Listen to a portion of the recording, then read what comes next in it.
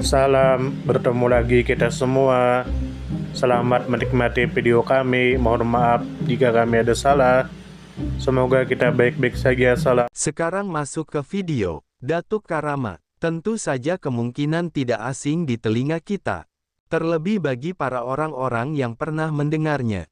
Disebutkan menurut informasi yang beredar bahwa Datuk Karama atau Syekh Abdullah Raki adalah seorang ulama asal Minangkabau, Sumatera Barat dari abad ke-17 yang menjadi tokoh utama dalam penyebaran agama Islam pertama kali di kawasan Lembah Palu, Tanah Kaili, sekarang Kota Palu, Sigi, Donggala, Parigi, Ampana, Kulawi. Gelar Datuk Karama menunjukkan karamah, keberkahan yang dipercaya oleh masyarakat setempat. Kemudian menurut informasi yang beredar bahwa asli perantau Minangkabau bernama Abdullah Raki diberi gelar oleh masyarakat Kaili sebagai Datuk Karama atau Tuna Baraka. Kemudian menurut informasi yang beredar bahwa Syekh Abdullah Raki menikah dengan putri bangsawan setempat bernama Ince Dil dan memiliki anak Ince Dongko dan Ince Saribanu. Kemudian menurut informasi yang beredar bahwa kompleks makam di Lere menampung makam Syekh Abdullah Raki, makam istri, makam anak, serta 20 orang pengikut setia. Kemudian menurut informasi yang beredar bahwa lokasi makam berada di Kampung Lere, dan saat ini difungsikan sebagai situs cagar budaya dan tempat ziarah religi. Kemudian menurut informasi yang beredar bahwa waktu dakwah Syekh Abdullah Raki dilakukan pada masa Raja Kabonena Ipue Enjidi, rakyat pertama yang menerima Islam di Lembah Palu sekitar pertengahan abad ke-17. Kemudian menurut informasi yang beredar bahwa Syekh Abdullah Raki adalah pionir Islam di Tanah Kaili, mengakhiri sistem kepercayaan animisme dan dinamisme yang dikenal sebagai tumpuna, melalui pendekatan persuasif dalam upacara adat lokal. Kemudian menurut informasi yang beredar bahwa Syekh Abdullah Raki berhasil mengislamkan raja-raja setempat seperti Ipue Enjidi dan Puenggari, serta menetapkan fondasi Islam di Lembah Palu. Kemudian menurut informasi yang beredar bahwa metode dakwah Syekh Abdullah Raki menggunakan pendekatan yang damai dan persuasif, dengan menyisipkan ceramah Islam dalam upacara adat lokal, menunjukkan sikap karismatik, menampilkan karamah, menarik perhatian masyarakat dan elit lokal. Kemudian menurut informasi yang beredar bahwa terdapat cerita lokal bahwa perahu Syekh Abdullah Raki terdampar, lalu berubah menjadi tikar dan kemah, yang memperkuat kesan spiritual atas kedatangan beliau. Kemudian menurut informasi yang beredar bahwa integrasi sosial Syekh Abdullah Raki adalah dengan bentuk perkawinan dengan bangsawan Kaili, membantu menjembatani budaya Minangkabau dan tradisi Kaili, hingga lahir komunitas Muslim baru. Kemudian menurut informasi yang beredar bahwa Syekh Abdullah Raki dikenal sebagai Datuk Karama, simbol penyebaran awal Islam di Tanah Kaili, Sulawesi Tengah.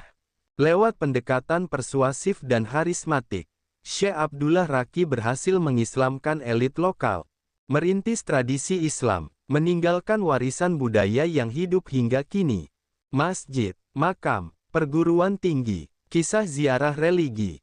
Karena itu, nama Syekh Abdullah Raki tetap hidup dalam ingatan masyarakat Kaili dan Palu melalui situs cagar budaya.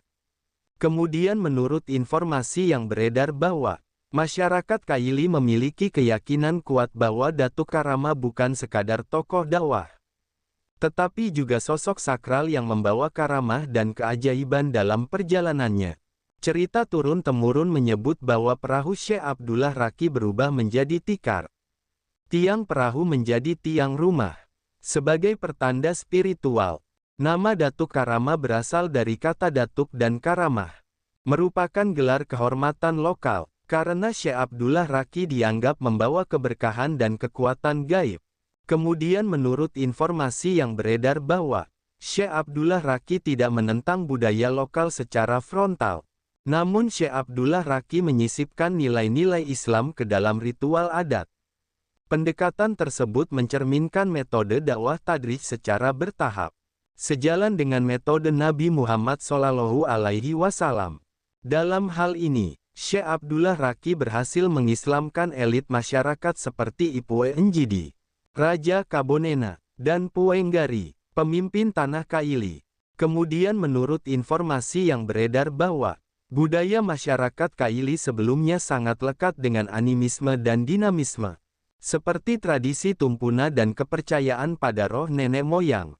Syekh Abdullah Raqi masuk dengan pendekatan akulturatif. Tidak langsung menghapus budaya lokal, tetapi melakukan penyesuaian dan kontekstualisasi. Hal ini menunjukkan kepekaan budaya yang tinggi. Keberhasilan Syekh Abdullah Raqi menjadi pelopor islamisasi budaya Kaili menjadikan agama Islam sebagai bagian dari identitas lokal, bukan sebagai unsur asing. Kemudian menurut informasi yang beredar bahwa penyebaran Islam oleh Syekh Abdullah Raqi bukan hanya melalui lisan dan adat, tetapi juga melalui pendidikan Al-Quran dan pembinaan generasi muda. Syekh Abdullah Raqi dikenal mendirikan semacam pengajian tradisional, yang kelak menjadi inspirasi pembentukan pondok-pondok pengajian awal di kota Palu.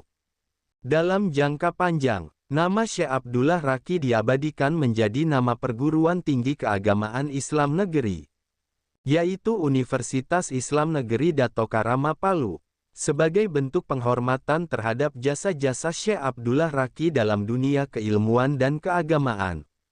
Kemudian menurut informasi yang beredar bahwa situs makam Syekh Abdullah Raqi di Lere telah menjadi lokasi ziarah dan wisata religi yang penting di kota Palu. Di tempat tersebut terdapat makam Syekh Abdullah Raqi beserta makam istri dan makam beberapa pengikut setia.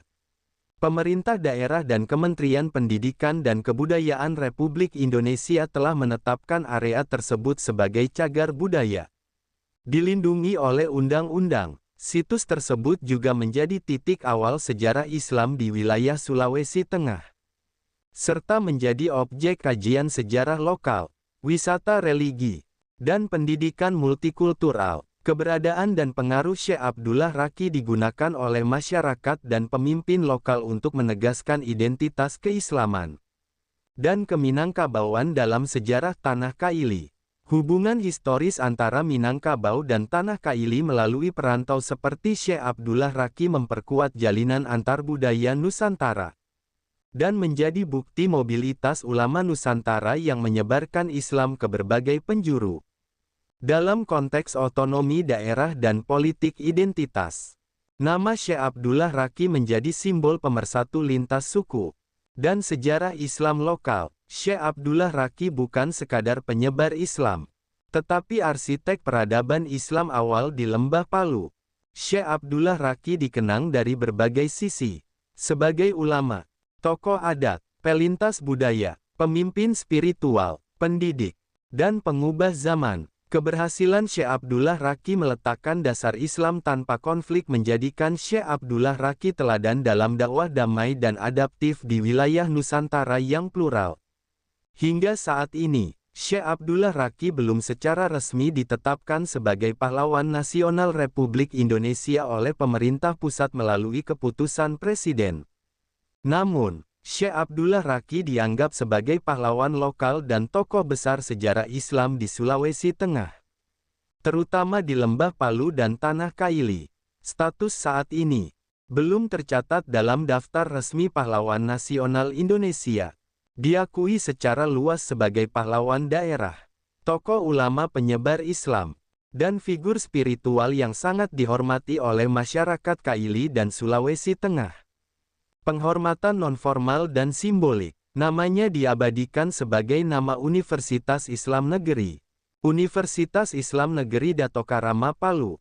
Situs makamnya di Lere, Kota Palu, menjadi lokasi ziarah dan cagar budaya, yang menunjukkan penghormatan mendalam dari masyarakat dan pemerintah daerah, dan dikenang dalam tradisi lisan dan upacara adat Kaili sebagai pembawa cahaya Islam dan penghapus kegelapan animisme. Secara historis dan kultural, Syekh Abdullah Raqi memiliki kedudukan setara dengan seorang pahlawan, khususnya dalam penyebaran Islam yang damai dan terintegrasi dengan budaya lokal. Namun, secara administratif, Syekh Abdullah Raki belum menyandang gelar resmi sebagai pahlawan nasional. Jika ada gerakan atau dukungan dari masyarakat dan pemerintah daerah, sangat mungkin nama Syekh Abdullah Raki diusulkan menjadi pahlawan nasional di masa mendatang. Sebagaimana tokoh penyebar Islam lain di Nusantara yang telah diberi penghargaan serupa. Syekh Abdullah Raki yang lebih dikenal dengan sebutan Syekh Abdullah Raki merupakan tokoh penyebar pertama agama Islam di wilayah Lembah Palu, yang kini menjadi bagian dari Provinsi Sulawesi Tengah. Syekh Abdullah Raki berasal dari wilayah Pagaruyung, dan pada abad ke-17 melakukan perjalanan dakwah ke wilayah yang dikenal sebagai Tanah Kaili atau Bumi Tadulako. Dalam masa keberadaan Syekh Abdullah Raki di Lembah Palu, Syekh Abdullah Raki berhasil menyebarkan agama Islam kepada para raja dan bangsawan lokal, yang sebelumnya menganut kepercayaan animisme dan dinamisme, yang dalam bahasa suku Kaili dikenal dengan istilah Tumpuna. Salah satu tokoh penting yang berhasil masuk Islam atas dakwah Syekh Abdullah Raki adalah Borahima, seorang bangsawan dari Kampung Baru. Sebagai bentuk kesungguhan atas keislamannya, Borahima mendirikan masjid pertama di kota Palu yang dikenal hingga kini dengan nama Masjid Jami Kampung Baru. Berkat jasa dan kealiman Syekh Abdullah Raki, masyarakat Lembah Palu menganugerahkan gelar kehormatan berupa sebutan Dato Karama. Sebutan Tunabaraka yang berarti orang yang membawa karama atau kemuliaan juga disematkan oleh masyarakat karena pengaruh dan kebijaksanaan Syekh Abdullah Raki dalam menyampaikan ajaran Islam. Perjalanan dakwah Syekh Abdullah Raki di wilayah Lembah Palu bermula dari Kampung Lere pada masa pemerintahan Raja Kabonena yang bernama Ipue Njidi. Setelah itu, dakwah Islam terus dilakukan oleh Syekh Abdullah Raki ke wilayah lain yang dihuni oleh masyarakat suku Kaili seperti Donggala, Kulawi, Parigi, hingga Ampana. Strategi dakwah dilakukan dengan pendekatan persuasif melalui ceramah pada upacara adat yang bersifat religio-kultural, serta ditopang oleh kewibawaan dan karisma pribadi yang tinggi. Hasil dari metode dakwah ini berhasil membawa Raja Kabonena Ipue Njidi bersama rakyatnya untuk memeluk agama Islam. Dan Raja Ipue Njidi kemudian dikenal sebagai raja pertama yang masuk Islam di wilayah Lembah Palu. Selain Raja Kabonena, Syekh Abdullah Raki juga berhasil mengislamkan Raja Palu yang bernama Poenggari melalui upacara adat yang disebut Pofonju Tevo. Setelah wafat, jasad Syekh Abdullah Raki dimakamkan di Kampung Lere yang kini berada di wilayah administratif Kota Palu. Kompleks makam Dato Karama kini tidak hanya menjadi tempat peristirahatan terakhir Syekh Abdullah Raki tetapi juga menjadi situs sejarah yang memuat makam istrinya yang bernama Ince Dil, dua orang anaknya yang bernama Ince Dongko dan Ince Saribanu, serta para pengikut setianya yang terdiri dari 9 makam laki-laki, 11 makam perempuan, dan 2 makam yang tidak memiliki penanda nama pada batu nisannya. Sebagai bentuk penghormatan atas jasa dan peran Syekh Abdullah Raki dalam menyebarkan ajaran Islam di wilayah Sulawesi Tengah, pemerintah Kota Palu menetapkan nama Dato Karama sebagai nama resmi sebuah perguruan tinggi Islam negeri yang kini dikenal sebagai Universitas Islam Negeri Dato Karama Palu.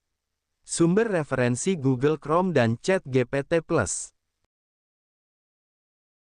Di balik kemajuan suatu bangsa, tentu kita tahu akan ada selalu sosok-sosok yang memberikan pengaruh besar, meski sering tak terlihat.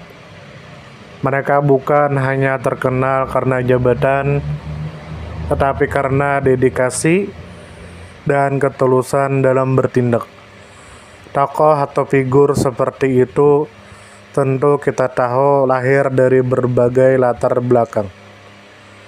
Ada yang berasal dari desa kecil, dan ada pula yang tumbuh di tengah kota yang ramai. Tentu kita tahu bahwa tokoh bukan hanya soal ketenaran. Tokoh adalah tentang peran. Mereka bisa menjadi seorang guru yang sabar mendidik di pelosok negeri, atau seorang warga biasa yang peduli terhadap lingkungan dan konsisten menjaga kebersihan kampungnya. Semoga apa yang kami sampaikan bisa bermanfaat, menambah wawasan, dan jadi motivasi positif untuk kita semua. Dan tentunya semoga kita semua selalu diberikan kesehatan, selalu dilancarkan rezeki, selalu dimudahkan segala urusannya. Dan jika Anda mempunyai pertanyaan atau komentar atau saran, langsung saja tulis di kolom komentar. Kami sangat terbuka buat masukan yang membangun supaya kedepannya bisa lebih baik lagi. Jangan lupa like, share, subscribe biar Anda tidak ketinggalan konten-konten seru dan bermanfaat. Tetap semangat, jaga kesehatan, dan terus jadi versi terbaik dari diri Anda. Sampai berjumpa di video selanjutnya. Salam hangat dari kami semua, dan selamat beraktivitas. Jika ada salah kata atau penyampaian yang kurang pas, itu murni kami pribadi yang salah. Terima kasih banyak, mohon maaf yang sebesar-besarnya. Semoga kita dan orang tua kita masuk surga, amin, salam damai.